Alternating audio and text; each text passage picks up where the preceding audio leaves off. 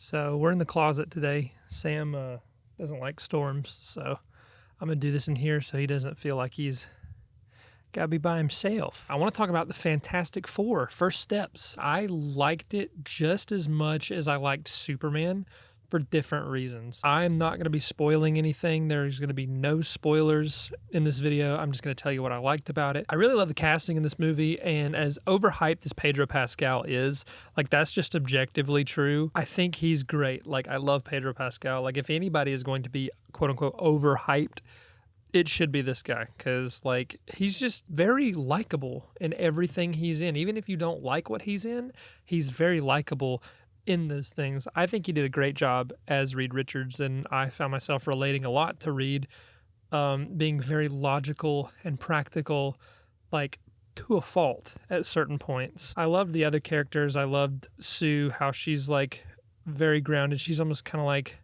the glue that holds everyone together emotionally. Ben is very supportive of everybody else, and I love Ben Grimm in The Thing too.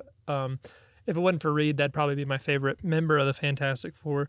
And I love how I didn't know the guy who played Eddie Munson was going to be Johnny Storm, and I think that's awesome casting. Like, I didn't even put two and two together until I was watching the movie, and I was like, okay, well, that's just awesome. I loved that. Some of the things I like most about this movie and its execution is the fact that it is a standalone movie. You could watch it separate from the rest of the MCU universe and enjoy it and get something out of it.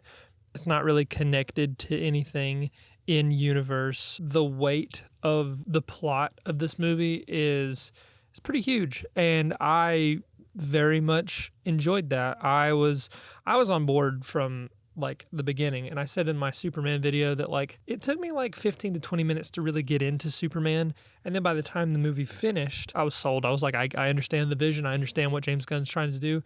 And this film, I would argue that because Superman was the way it was, it kind of primed me for this movie, because there's a ton of similarities between this and James Gunn's Superman, and I say that in a positive way. I love the music in this movie too, specifically the Fantastic Four theme. We had that choir singing Fantastic Four in the background. It was a little thing, but I really, really enjoyed it. I thought that was pretty effective. I love the set design as well. I think the futuristic 50s combo that they have going on, I just love this world. I love the way it looks, and I love the way it feels. And I love that they have like super modern appliances, and yet they all have this like very 50s throwback aesthetic. I don't know. I like it. It's very nice. The last thing I'll say about this is I'm excited to see where they're going to take this as they go into Avengers Doomsday and Secret Wars. I plan on talking about it on the podcast with Andrew once he catches up on Superman and the Fantastic Four. I think there's a big discussion we could have there, because he and I have both been like kind of following this for a while. I just ended up watching like an 8.5 hour Marvel Universe MCU recap video just to refresh my brain on everything that's going on. So I'm very interested in where Marvel is going to take this iteration of the Fantastic Four moving forward. But all that to say is I really enjoyed it. If you haven't seen it yet, I highly recommend it.